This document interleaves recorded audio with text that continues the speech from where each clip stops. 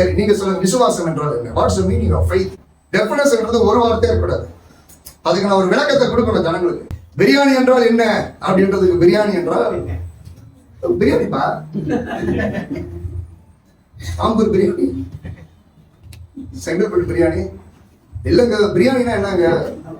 பண்டார் master, basmati rice, chicken, தக்காளி, வெங்காயம், மசாலா, எண்ணெய், லவங்கம், பட்டை, இவர்கள் அனைத்தும் ஒன்றாய் சேர்த்து கேசரி பவுடர் கலந்து தயாரிப்பதே பிரியாணி எனப்படும். இந்த டெஃபினேஷன் வந்து ப்ரீச் பண்றவங்க ரொம்ப குறைவு, ரொம்ப குறைவு. ஆனா அப்படி ப்ரீச் பண்ணுவாங்கன்னா அவங்க சத்தியத்துல தேறின வேதம் பாருங்க.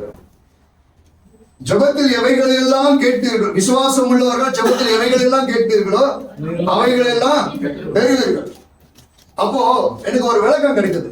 விசுவாசம் என்பது கிடைப்பதற்கும் சாத்தியமில்லாத ஒன்றை தேவனிடத்தில் கிடைக்க வைக்கக்கூடிய ஒரு உறுதியான உணர்வு, ஃபீலிங்ஸ்.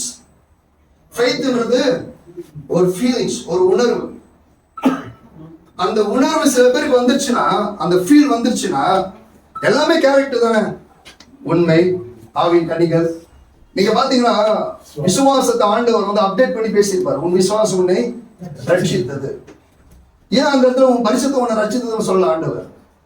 அப்போ விசுவாசம் எல்லாத்துக்கும் தாண்டின ஒரு மிகப்பெரிய ஒன்றா இருக்கு. அப்போ அது வந்து ஒரு ஃபீலிங்ஸ், உணர்வு. சோ கிடைப்பதற்கு சாத்தியமில்லாத ஒன்றை தேவன் எனக்கு தருவார் என்கிற உறுதியான ஒரு உணர்வு தான் விசுவாசமாகும்.